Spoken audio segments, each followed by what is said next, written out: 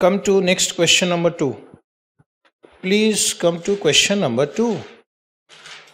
A Limited and B Limited both are engaged in manufacturing of bottles.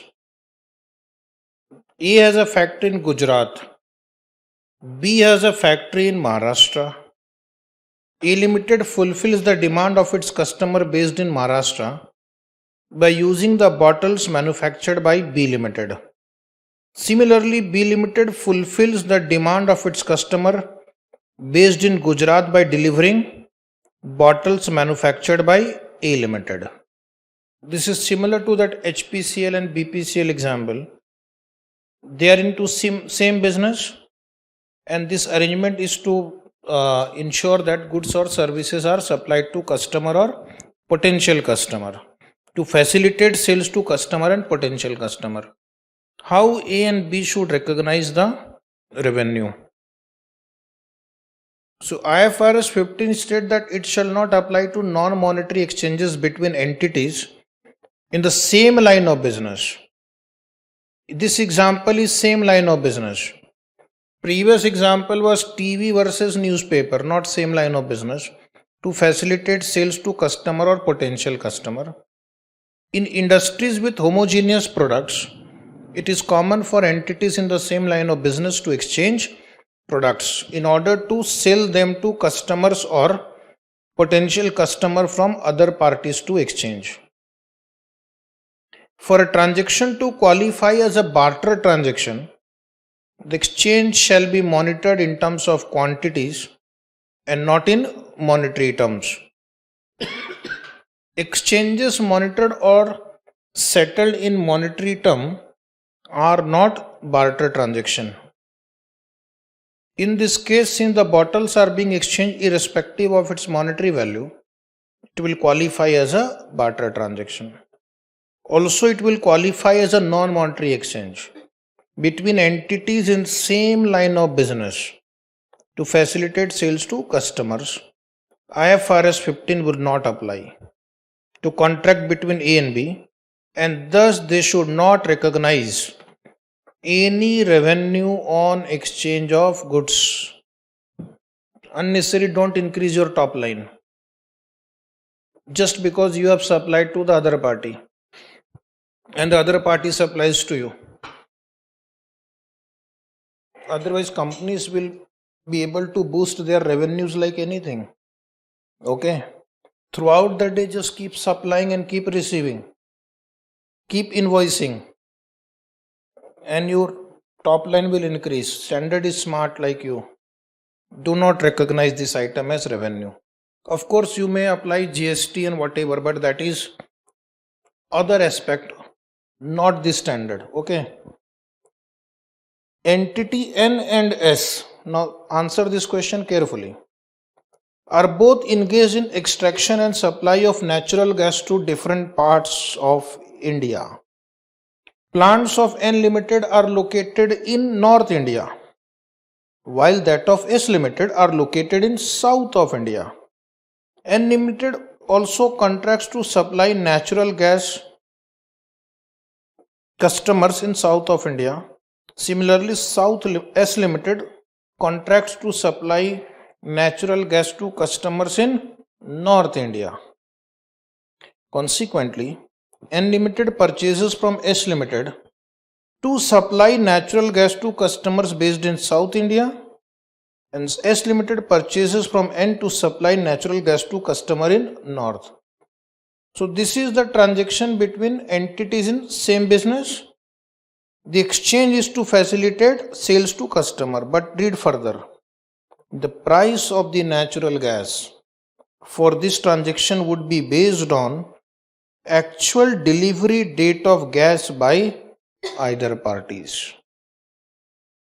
Further, the parties would do a monthly calculation of supplies and receipt of gas and do a net settlement based on the price calculated as above. Now this last two lines will make you think whether we need to record this transaction as revenue or not. Now here, even though they are supplying that natural gas to each other, but it is not based on quantity. It is based on the price on the date of delivery. And at the month end also, they are sitting down and doing a net settlement on the basis of prices as calculated above. Not on the basis of quantity, but on the basis of prices. So even if they must have supplied equal quantity, they are still doing the net settlement because the prices on the date of delivery may be different. Question is same. How will this situation be treated under IFRS 15? Will the two parties recognize revenue? In this example, the answer is yes. IFRS 15 excludes non-monetary exchange between entities in the same line of business to facilitate sales to customers or potential customer.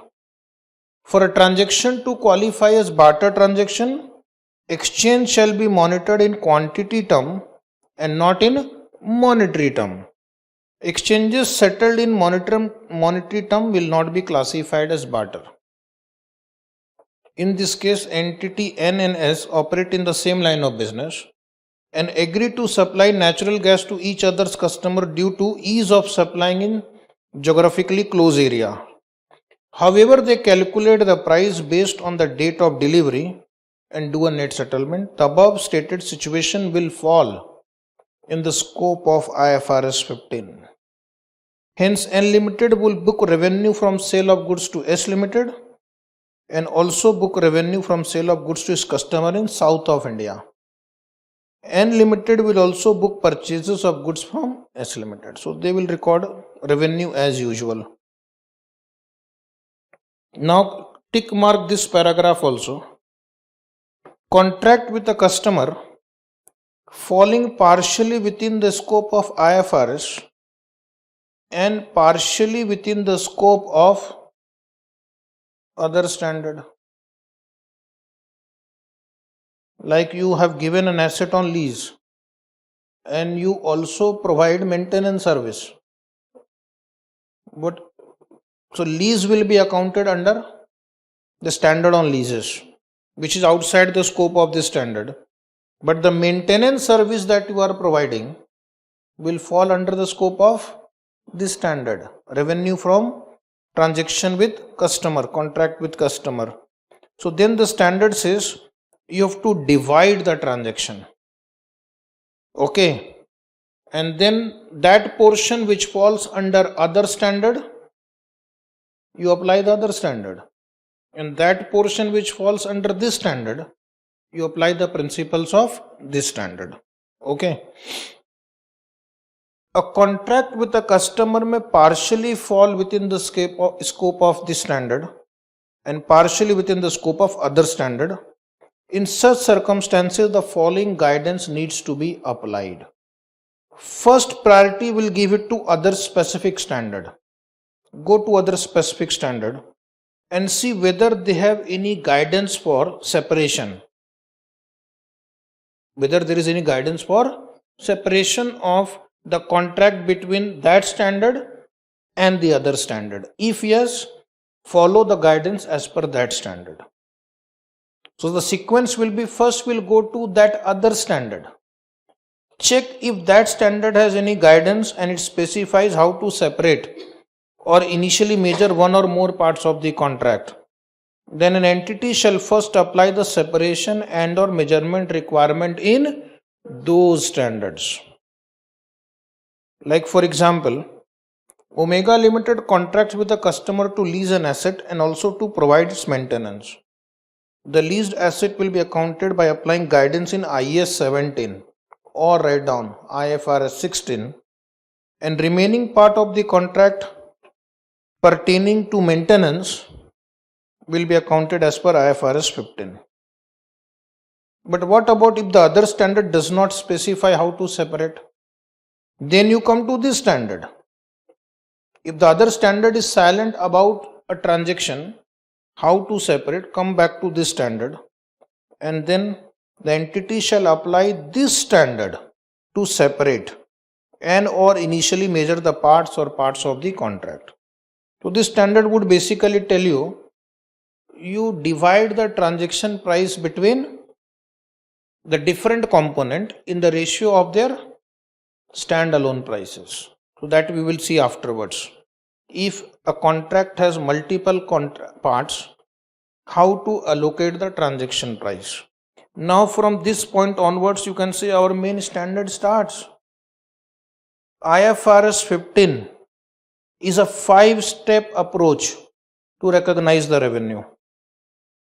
The guidance under IFRS is applicable to all sectors, except few areas which we discussed where it is not applicable, like leases, insurance, financial instrument, subsidiary, associate, joint venture accounting, and non-monetary exchange in entities which are in same business. Other than that, most of the sectors, most of the industries will now covered by this standard. And any existing standards like IAS 18, IAS 11, then there were many interpretations also. Separate interpretation for barter transaction, separate interpretation for customer loyalty and discount program. Remove everything under one standard now. This standard has made a sea change in the concept of revenue recognition. Earlier, revenue recognition was based on risk and reward approach. When will revenue recognize? Somebody will ask you. When the risk and reward is transferred. This was the answer till yesterday. Now from today the answer will be when control is transferred to the customer. From risk and reward approach to control. Control is a broader term than risk and reward. Risk and reward is, you can say, one aspect of transfer of control. Control is a wider term. It means you have a right to sell, exchange, rent, whatever you want to do. So control means whatever the other party wants to do with that asset, he can do it now. So then that is the stage when we recognize the revenue. Which are the 5 steps in this standard? Step number 1, identify the contract with customer. Step 2, identify the performance obligation in the contract. Step 3, determine the transaction price.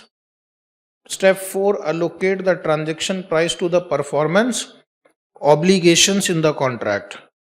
And step number 5, recognize the revenue when or as the entity satisfies a performance obligation. When means at a point of time, or as over a period of time.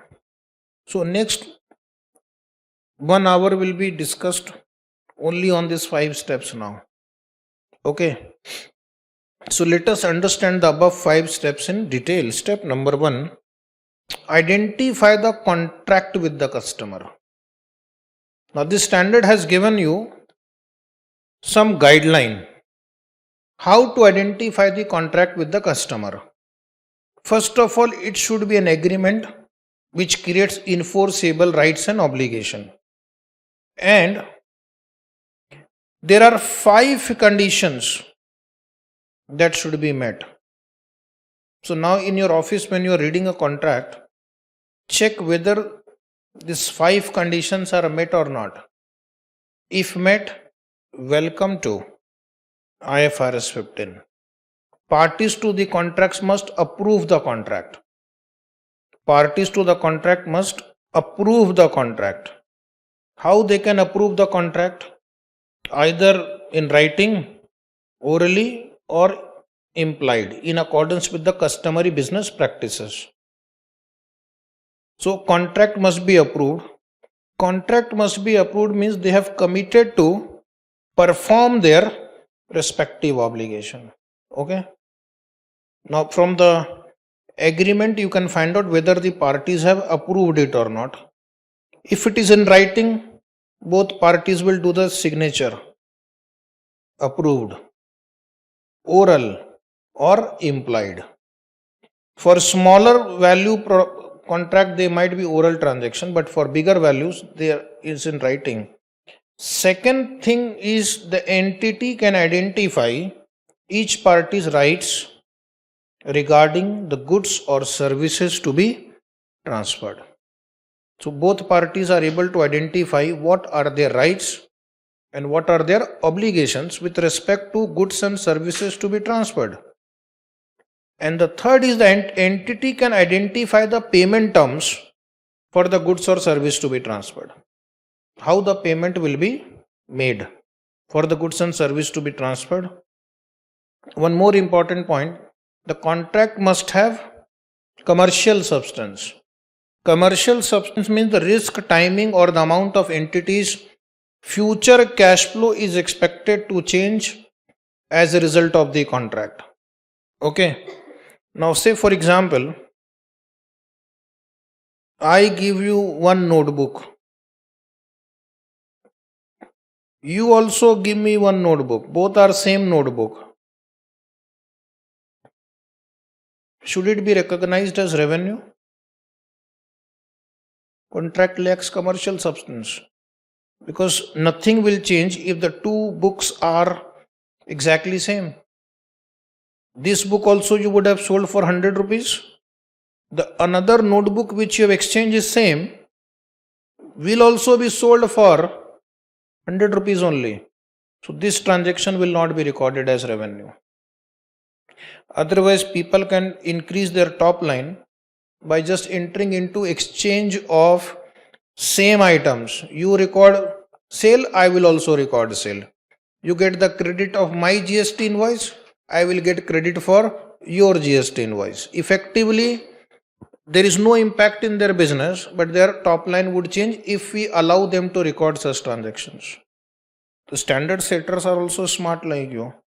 And the fifth point is, it is probable that consideration will be received. That is, considering the ability and intention of the customer to pay. Now this is also important. Many times we know that we are not going to get the consideration. Okay. So sale to a political leader.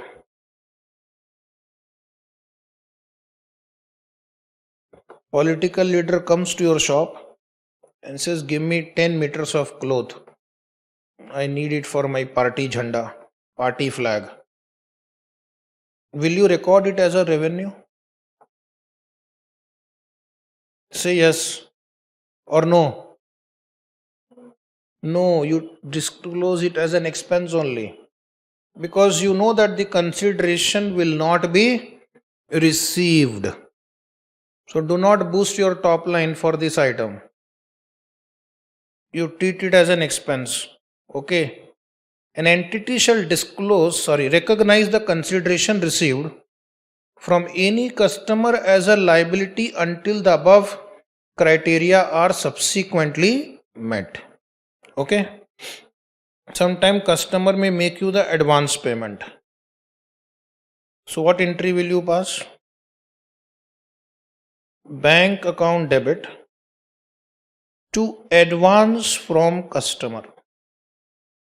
The standard says, unless 5 steps are complete, any amount received from customer will appear as a liability. And once your performance obligation has been satisfied, then you will record the revenue. Advance from customer account debit to revenue. Is it right? Any query? No. Next point. Entity shall recognize the consideration as revenue only when either of the following event has occurred. 1. The entity has no remaining obligation to transfer goods or service to the customer. So it means you have completed your part of the obligation. Is it right? If suppose you have received 50,000 rupees advance to supply a laptop, the moment you deliver the laptop to the customer, transfer the control in the laptop to the customer, you will recognize the revenue because no more obligation to transfer goods or services are remaining, and all or substantially all of the consideration promised by the customer has been received by the entity and is non-refundable. Second situation is the contract has been terminated and the consideration received from the customer is non-refundable. Okay. Now suppose you manufacture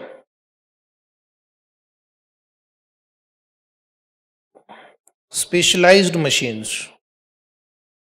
Machines are designed specifically for a customer. And the customer has paid you 50,000. But later the customer says, no, I want to terminate this contract. I don't want this machine. You say, I have incurred so much money, I'm not going to refund you any amount now. It must be mentioned in the contract also. If the contract is terminated, amount will not be refunded. What about this 50,000 which you have received from the customer?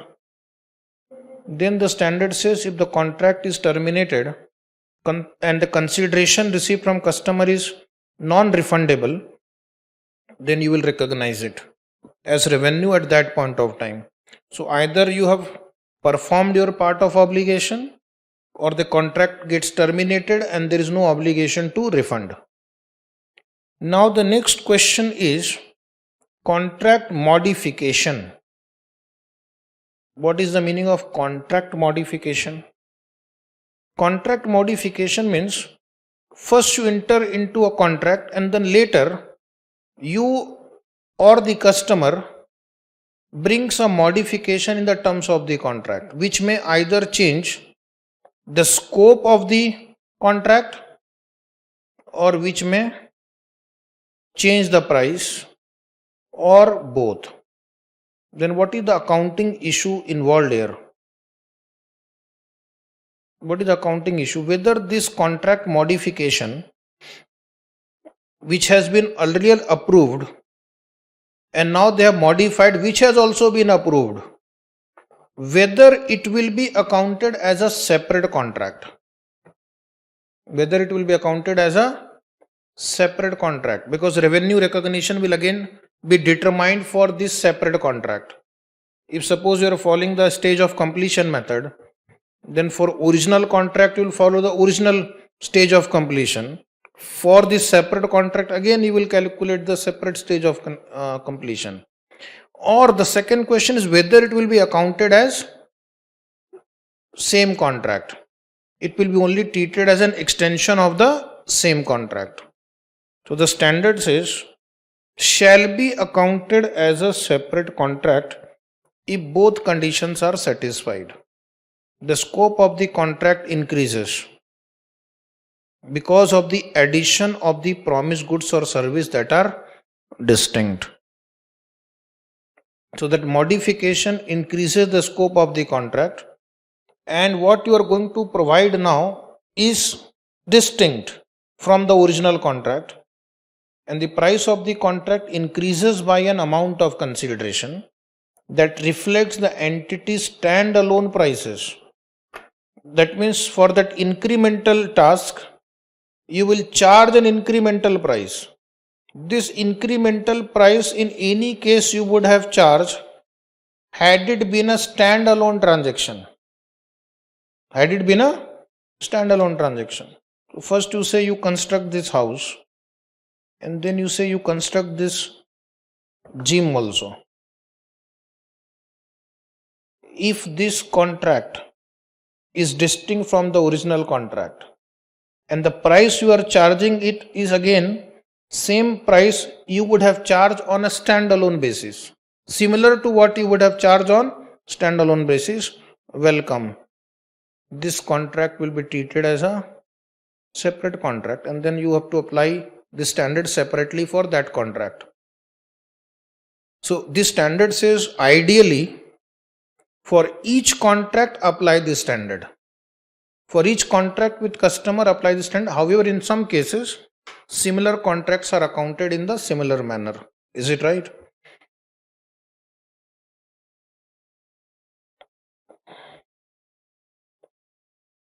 Now next is one diagram also is given to you. So if you can understand the diagram, that is better. Contract modification will be accounted as a separate contract if the additional goods or services are distinct. Consideration for modification reflect the standalone price. And accounting treatment is you will account for it as if it is a new contract. Account by termination of original contract and creation of a new contract. And if it is not a separate contract, it means the additional goods or services are not distinct. And second, the consideration for modification does not reflect the standalone price. That means it is significantly different from what you would have charged on a standalone basis. Then the standard says you treat it as if it is a part of the original contract only. Note, if the goods and services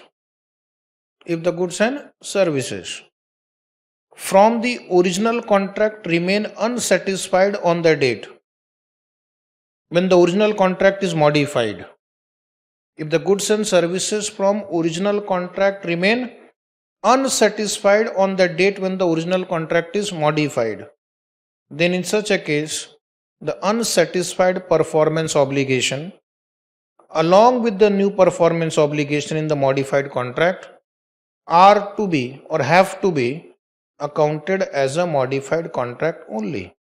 Sir, please give me an example. So come to this example below on this modification. So this is a good example for understanding the contract modification. Mercury Limited promises to sell 120 guitars to a customer for $12,000. So what is the original contract? Mercury will sell 120 guitar at $100 and it will receive $12,000 from the customer. Transaction price is $12,000. Performance obligation is to sell 120 guitars. The guitars are transferred to customer at various points in time over a 6-month period. So they will supply it over 6-month period. The contract is modified after 60 guitars have been transferred and Mercury promises to deliver an additional 30 products for an additional 2850. Now take your calculator. 2850 divided by 30. Is it 95 per guitar? First they had promised to deliver 100. Now 30 will be at 95. This means total 150 guitar will be transferred. The pricing for the additional guitar reflects the stand-alone selling price of the guitar at the time of contract modification. And in addition, the additional guitars are distinct from the original products because the Mercury regularly sells the guitars separately. So how do you do the accounting? Original contract continue. Okay. Therefore, the contract modification for additional 30 guitar is in effect a new and separate contract. It should not affect the accounting for the existing contract. So this you do as one contract accounting. This 30 guitar accounting will continue again as a new contract. And here you will recognize revenue as 95 per dollar.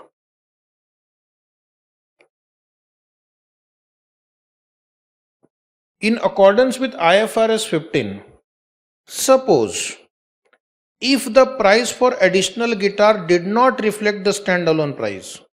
Now we are moving into second situation. Why it is not reflecting the standalone price? Because this customer has already contracted for 120 guitars. Now he wants extra. Since he is wanting extra, the price has been linked to previous prices also. Mercury would allocate the modified transaction price less the amount allocated to products transferred at or before the date of modification to all remaining guitars to be transferred. So then in that case, you will calculate the total revenue minus the revenue which has been recognized earlier. Okay, and then you will allocate it again equally over the remaining deliveries. Applying IFRS 15, the amount recognized as revenue for each of the remaining guitars would be a blend of price of. So this is the weighted average. What they have done? 100 into 60. 60 more guitars have to be delivered. 30 into 95. 30 additional guitar will be delivered at 95. Assuming that this does not reflect standalone prices. Then now it is 98.33. And at 98.33, is the answer printed there? 98.33? Yes. You will recognize revenue. Assuming that prices are not on standalone basis. So two answers are possible. If the 95 reflects standalone price, then account it as a separate contract. If 95 is not a standalone price, it is 95 because the customer has already purchased 120. And that is why we are offering him 5 rupees concession. Then it is treated as an extension of the earlier contract.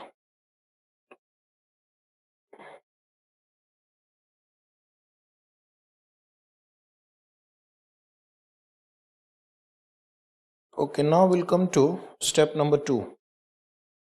What is step number 2? Step number 2. Identify the performance obligation in the contract. Now this is the critical part of this 5-step process. And once you are careful about this part, other 3 parts will be taken care of. Once you enter into a contract, then check what is your performance obligation. What have you promised to the customer? What all you will do for the customer? Okay. And accordingly, the future revenue recognition policy will be decided. So in order to recognize revenue, proper identification of distinct performance obligation is one of the prime steps towards revenue recognition. When will this exercise be done? At the beginning of the contract. Because that time only we have to decide how the transaction price will be allocated, how the revenue will be recognized. So at the time of selling the car, identify what are the promises you have given to the customer. We'll give you the car, then we'll give you warranty, we'll give you after sale service, we will give you 3-year time to make the payment. Okay. So that is your performance obligation. When you sell a mobile phone and you give items like free data, then installment, these are your performance obligations. When you sell a software, you are not only selling software, you are giving him upgradation service, maintenance service. Okay. This needs to be done at the start of the contract. In order to be classified as a distinct performance obligation, a contract should be such that. Now, how do I know that this portion of this contract is a distinct obligation? Is it right? Then you check whether the goods or services are separately identifiable and distinct. That means, can this be transacted on a standalone basis? Is it right? And second, or it is a bundle of goods or service that is distinct. Does the customer value them separately? That is also one way to check. That is, customer can say, I want this service, and this service. Then it is separately identifiable and distinct. Or it can be sometimes a bundle of goods or service that is distinct. Example of a bundle of goods or service may be, let's say, a housing complex which the company has to construct on behalf of the customer, client. So then it is not just one service, but a lot of goods and service bundle. Now one example of distinct performance obligation. Case study: PTC software company sold a software license to one of its clients. The contract with the client states that PTC is to provide software updates. So underline first software license, then underline software update and technical support, then underline technical support for the next 3 years from the date of sale. Can you identify there are 3 promises you have made to the customer? I will give you software license, I will give you software update, and I will provide you technical support for next 3 years. The software remains functional without updates and technical support also. So one can only buy the software. So software becomes distinct. In case PTC needs to identify distinct performance obligation to recognize revenue, software is delivered to the client before providing updates and technical support. And also the customer can benefit from the software distinctly on its own. So one check is whether the customer values each obligation separately or not. First is yes, you can just buy the software, at least your company will start functioning. Also the other parts of the contract requires technical support and updates are separately identifiable. One can also pay for just updates. One can also just pay for technical support. As a customer, I can only opt for software. I can opt for these 2 or I can opt for all 3. So therefore distinct and identifiable. Is it right? On the basis of this evaluation, this company will evaluate that there are 3 performance obligations. 1, software license. 2nd, software update. And 3rd, technical support. Okay, one more example. Persistent Limited licenses customers relationship management software to a customer. Okay, so what is their business? To sell license. What is that license? It is a customer relationship management software to a customer. That means it helps you to keep a database of your customer, and then later on you can use it for further marketing. Okay. In addition, Persistent promises to provide consulting services to significantly customize the software to the customer's information technology environment for a total consideration of 6 lakh. Now, how many promises you are doing here? 2. One is to give a license for CRM software, and second, you are also going to give consultancy on customization of the software.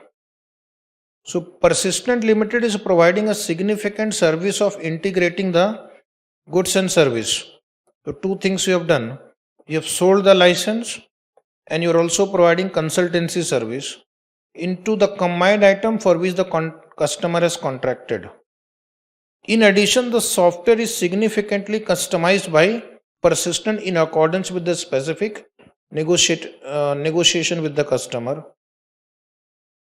Hence, Persistent would account for the license and consultancy service together as one performance obligation.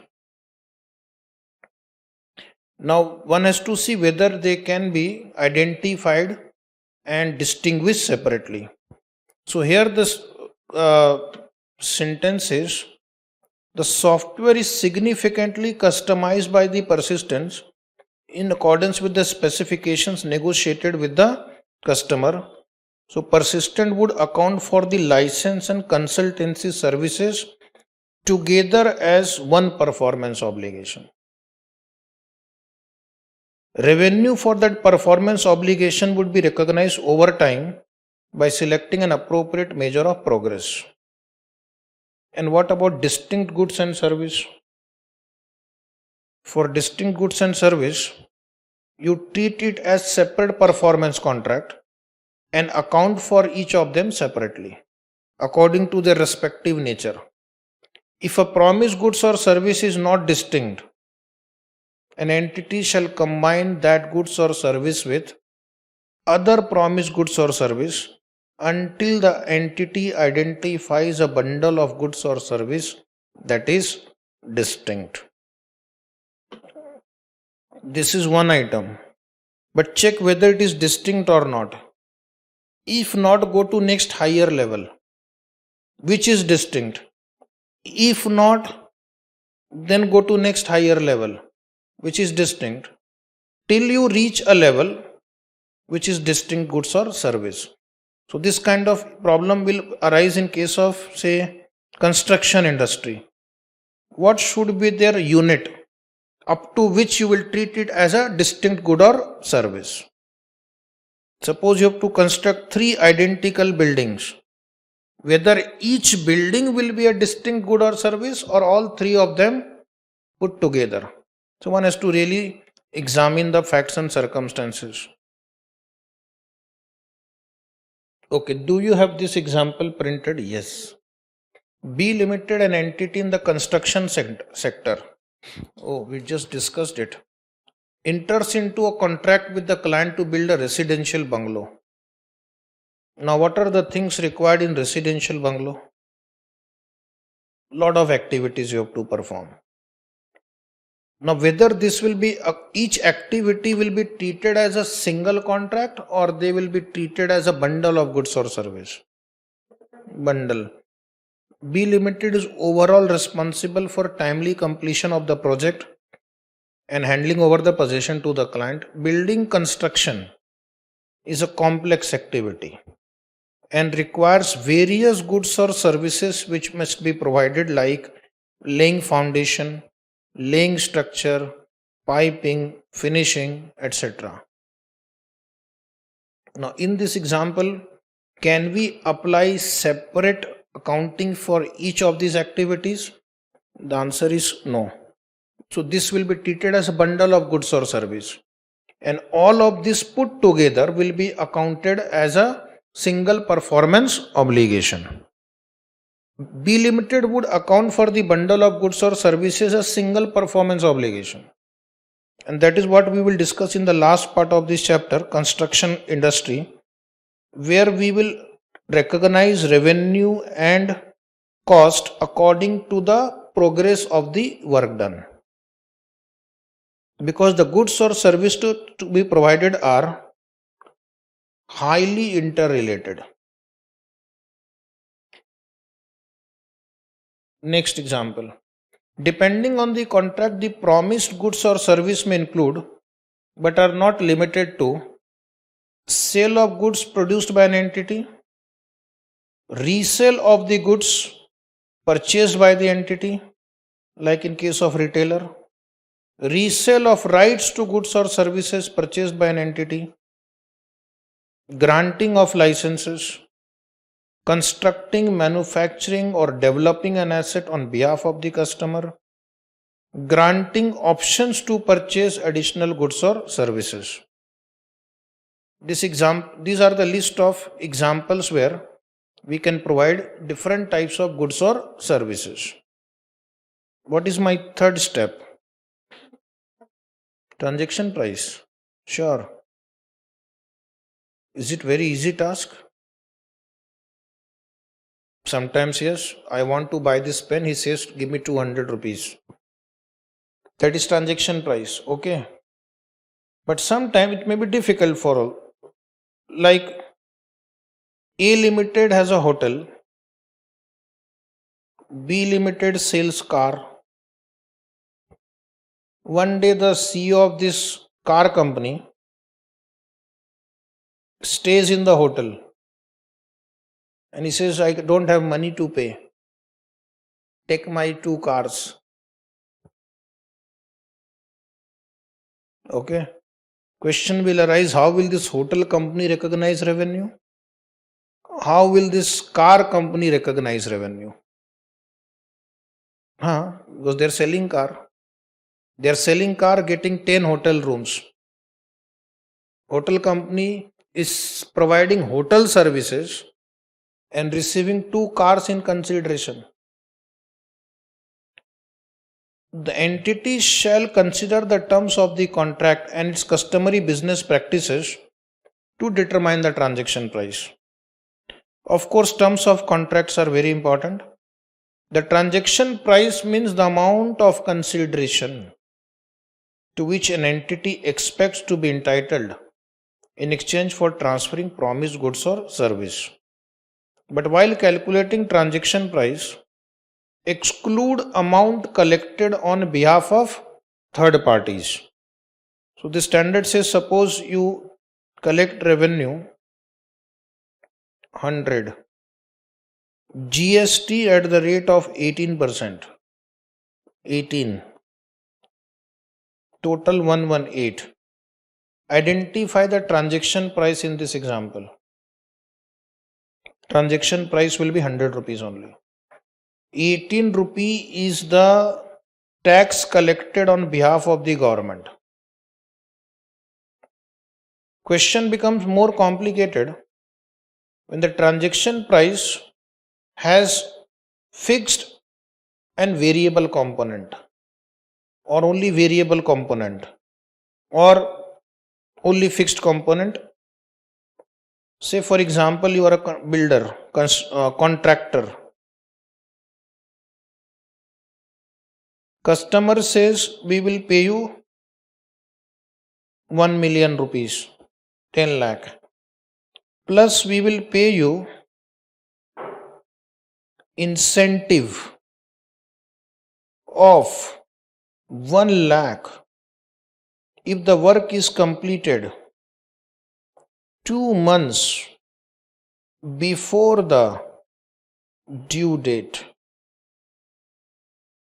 We will charge you penalty if the work is completed 1 month after due date, etc. Now what is the transaction price? Is it 10 lakh? Is it 11 lakh? Or is it 10 lakh minus penalty 2 lakh? Difficult. One has to apply expected consideration, probabilities. That will be discussed below. So therefore, the standard deals with this kind of situation also when the transaction price may be variable. Now point number 4, this example will take little later. What is 4? Allocate the transaction price to the performance obligation in the contract. Now this also is a big challenge because different industries are different. Okay. A car company sells you warranty, after sale service. A mobile phone dealer gives you mobile phone data service, installment facility. A travel company gives you travel miles which you can later on adjust against future transactions. An online company says you buy one, you get one free. How to allocate the transaction price? So this problem will arise when there is more than one performance obligation. If there is only one performance obligation, the entire transaction price will be allocated to that. So ideally what they are saying, the transaction price will be allocated on the basis of individual transaction price. What is individual transaction price? Suppose I buy machine A and machine B together for 1 lakh rupees. In the market, machine A individually can be sold for 60,000 rupees. Machine B can also be individually sold for 60,000 rupees. But what is the amount you have charged? 1 lakh. So what you will do? You will allocate in the ratio of standalone price. So in short, you will charge 50,000 to machine A and 50,000 to machine B. Then in that example of a car, you charge 20 lakh. You are providing car warranty after sales service. Suppose only car is 15 lakh, only warranty 5 lakh, only after sale service 4 lakh. Then first you allocate in this standalone values. Okay, 15 plus 5 plus 4. So this will be 15 divided by 24 into 20. 5 divided by 24 into 20. 4 divided by 24 into 20. And then once you identify how much is allocated to warranty, again you do accounting of warranty over a period of time. After sale service over a period of time, car can be recognized now.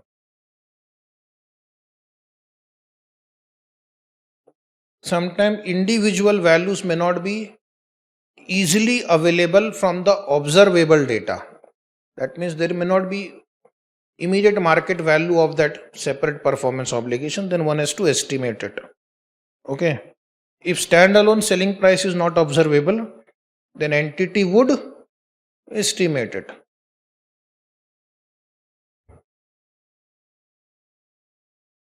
Next is IFRS 15 also specifies the circumstances in which entity would allocate a discount or contingent amount entirely to one or some distinct goods or services promised in the contract rather than to all promised goods or service in the contract. Now one example I will take on this. Here I am not going to allocate the discount on all products. I am going to allocate discount only on few products when we sell multiple products together. See this example. Grace Limited enters into a contract with a customer to sell product ABC for a total transaction price of $36. What are their standalone prices? Standalone prices are 9, 11, 20, total 40. Student will be tempted to answer that this 36 should be a portion in the ratio of 9, 11, 20. Wait, read the question further. Where it has gone?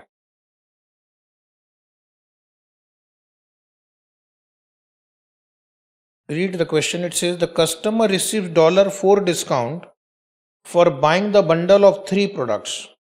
Correct? So normally if this information was only up to this stage, we would have a portion in the ratio of 9, 11, 20.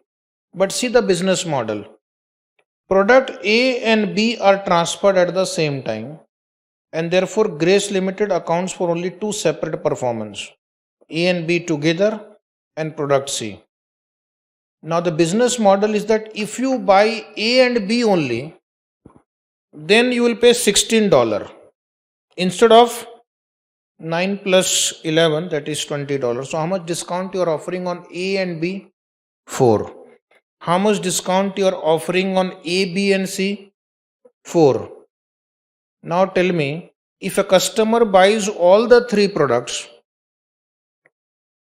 how will you allocate the discount of 4?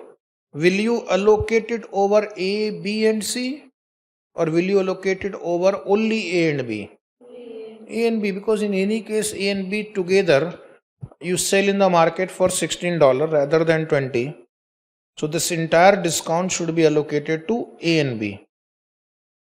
So your answer would be allocate 36 as follows: 16 to A and B, 20 to C. Okay. Then between A and C, that 16 will be allocated in the ratio of 9:11. Okay. So that was the meaning of that line. Now we'll come to step number 5. Step number 5 is the last step, but the ultimate step, revenue, should be recognized when the performance obligation is satisfied or as the performance obligation is satisfied. When or as means two types of model they are suggesting. When the performance is complete, that time, or in some cases depending upon what is that kind of obligation, over a period of time. When do you know that we have satisfied the performance obligation? The cutoff is when the customer obtains control of that good or service. Now, what is customer obtains control? Now he is free to do anything which an owner will do with that asset now. Buy, sell, exchange, okay, throw away also. This transaction price allocated in step 4 is recognized as and when the performance is satisfied. There are two models: over time, at a point of time. What is over time? Suppose your boss provides internal audit service for 12 months, April to March, 12 not year, month. Okay. So how he will recognize this revenue from internal audit service provided? Will he recognize after 12 months, when all 12 months internal audit is over?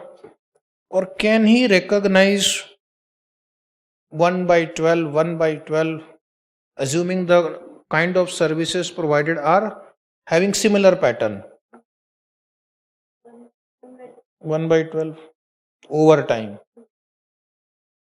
A teacher is teaching you IFRS for 2 months.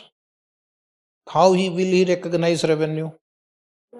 1 month, 2 months. Yes or no? Or should we recognize only after 2 months? No. Over a period of time. What if I sell you this IFRS book at the point of time? So it depends what is that product or service, and accordingly one decides his revenue recognition policy. Now we will continue tomorrow.